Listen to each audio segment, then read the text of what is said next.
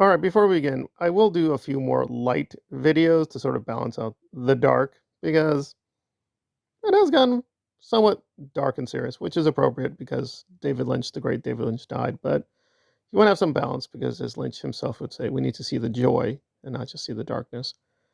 But this will be decidedly a little sad and somber, so get ready. Nothing too alarming, but I just want to fill in some gaps because some people are coming in new. I'm sure the older subscribers know the basic story, so I don't want to bore them, but I want to add in a few more details. If you want some really juicy stuff, then sign up for the channel memberships. I will be putting some stuff up there shortly. I know I keep promising, but this time it's going to happen. Don't worry. So, enough teasing. What is the thing? Well, I do get this question sometimes of why necessarily do I believe these women over Aaron and so on and so forth? And it's not just women. He has victimized a lot of people. But obviously, the center stage now is some of the female victims. Well, they provided evidence. And in my eyes, when you give us independent evidence, that tips the scale. And it's also all interconnected. So it's not like, oh, well, it's this piece of evidence, this piece of it. When it's really interconnected, you're like, okay, then your doubts are going to get diminished and you're going to be like, okay, I'm pretty sure I have a clear picture of this or that. There's many things we still don't know, but we have a few good ideas.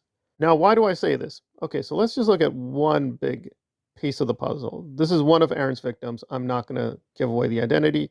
This person has gone public. We know who she is. We know the name, but I will be very extra cautious. We don't even need to see the whole message, but we need to see enough to see this is Aaron. This is clearly Aaron. This is not made up. This is a text he sent to a woman. So we definitely know part of this is true that, yes, he was cheating on his wife. Now, Aaron, to be fair, tried to explain this. So I want to clarify this because people asked this for a while. Yes, as far as we know, Aaron is officially married. On paper, he is officially married. Now, you might think to yourself, wait, he's having he's having all these affairs, but for whatever reason, he's pretending to still be married. I don't know, don't care, but he is officially married. Now, Aaron had this narrative, and now we definitely say it's false, where he said he had an open marriage, right? And that both he and his wife agreed to the open marriage. We now know that's a lie.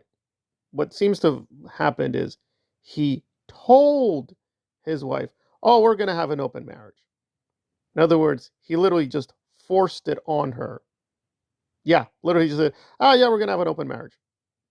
Obviously, that's not really what the term means. So he basically was just cheating. He just labeled it something fancy. And there we are.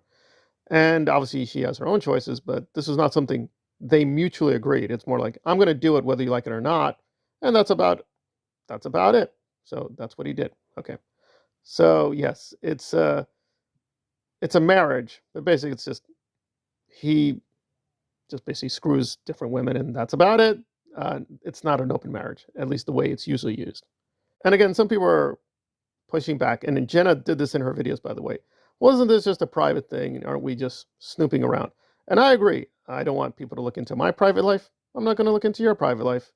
And we should respect that boundary. The problem is, of course, and he just did this recently with Tom Cruise. So he likes to get into people's private lives. So that doesn't ring true. But even if Aaron, right, is being hypocritical, should we be doing it? Well, there are problems because it got political, literally. So in one of the messages, he says, "No, no, I'm not avoiding you. I have a cold, and I'm seeing someone." Now I'm not even going to say who that is, but we know who this person is. So he says, "Yeah, I'm in the United Kingdom." He's in England. "Oh, I'm seeing a friend." We know who that is. They've done videos together, right? So we don't have the complete timeline. But now things are like, well, wait a minute. Okay, so unless he's lying again, then it's like, oh, then you're meeting this person. So now we can fill in the gaps and we're like, well, she's definitely telling the truth because your text is verifying you're seeing this person and we know you've done videos together. So that adds a lot of credibility. But I just want to add one more thing, and this is what I think was very alarming, and that Aaron is not just lying, he doesn't believe his own propaganda because he's like, guys, it's just a private thing. Oh, it's just a private. No, no, no, no, no, no, no. So someone was going to speak to the victim. They weren't going to talk about Aaron. And I saw that video. They didn't. They addressed it in like 1 or 2 minutes because you couldn't avoid it, of course. Now, they did talk about Aaron later, but in that particular video, they stuck to a certain topic. Obviously, you can't avoid Aaron because, it's in the background, but they basically did avoid him. So they kept their promise. So one of the victims was going to talk to someone else. And guess what? Aaron made a threat and said, why are you talking to this person? I don't understand this. Why are you talking to this person? And they said, well, I'm talking to them because we have a interesting topic where we both know something, talk about addiction, which they did. And Aaron's like, no, no, no, you can talk to other people about that. And the person's like, well, I want to talk to her though. And it's like, okay, listen, if you do that, I'm going to put out a video on you exposing you. To my knowledge, Aaron never put out that video. So was it a bluff or a fake threat? I don't know. But he threatened the person saying, oh, and I'm going to release my text. So you better get ready. You've been warned. Well, this does not add up. Why are you warning or threatening people if what she's saying is false, right? If it's not true, it's not true. Oh, by the way, Aaron has a lawyer, right? Aaron has a lawyer. If she is lying, if she's literally slandering him, he can just sue her. That would be the end of the question. You can just go, okay, well, talk to my lawyers. We're going to go to court.